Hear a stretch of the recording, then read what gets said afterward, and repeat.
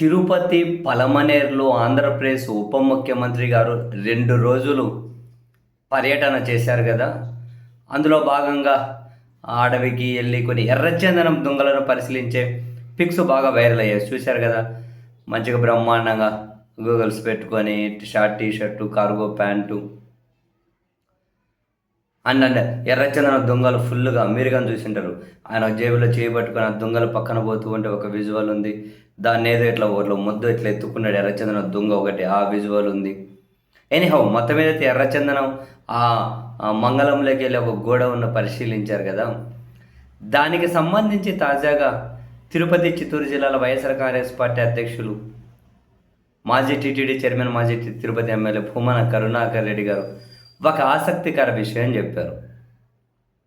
ఆ ఉప ముఖ్యమంత్రి గారు ఏ ఎర్రచందనం దొంగలనైతే పరిశీలించారో ఆ దొంగలన్నీ వైఎస్ఆర్ కాంగ్రెస్ పార్టీ ప్రభుత్వ హయాంలో మేం పట్టుకున్నవే. వీళ్ళు అధికారంలోకి వచ్చిన ఈ 18 నెలల నుండి ఒక్క ఎర్రచందనం దొంగ కూడా పట్టుకోలేదు. ఆయన పరిశీలించిన ఎర్రచందనం దొంగలు మా హయాంలో మేం పట్టుకున్నవే అని చెప్పి ఒక ఇంట్రెస్టింగ్ పాయింట్ చెప్పారు భూమన కరుణాకర్ రెడ్డి గారు.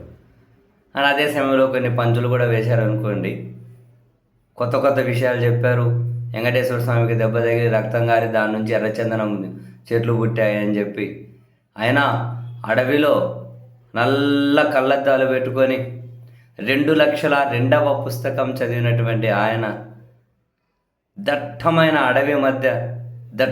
అడవిలో ఒక మొక్కను నాటి దానికి నీళ్లు పోసే ఈయన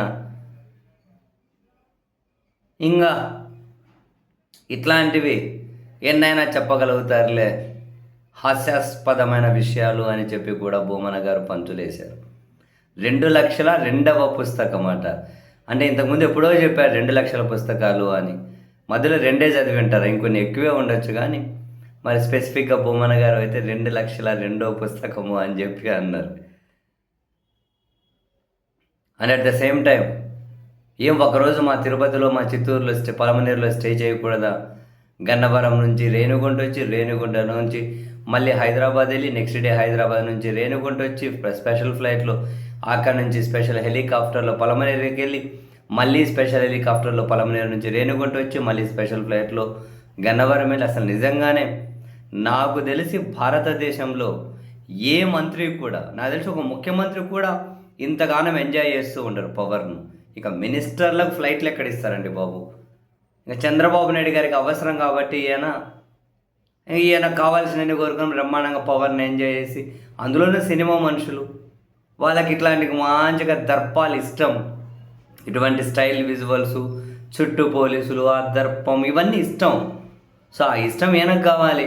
ఈయన ఇష్టాన్ని చంద్రబాబు గారు కూడా గుర్తించారు కాబట్టి దానికి తగ్గట్టే తాళాలు వేస్తూ ఉన్నారు. లేకపోతే ఏంటంటే ఒక మినిస్టర్, కేవలం మినిస్టర్ మాత్రమే, ఉప ముఖ్యమంత్రి అంటే అదేమి ఎక్కడ ఏమి దాన్ని డిజైన్ చేయబడలేదు, హోదా కోసం ఇస్తారు.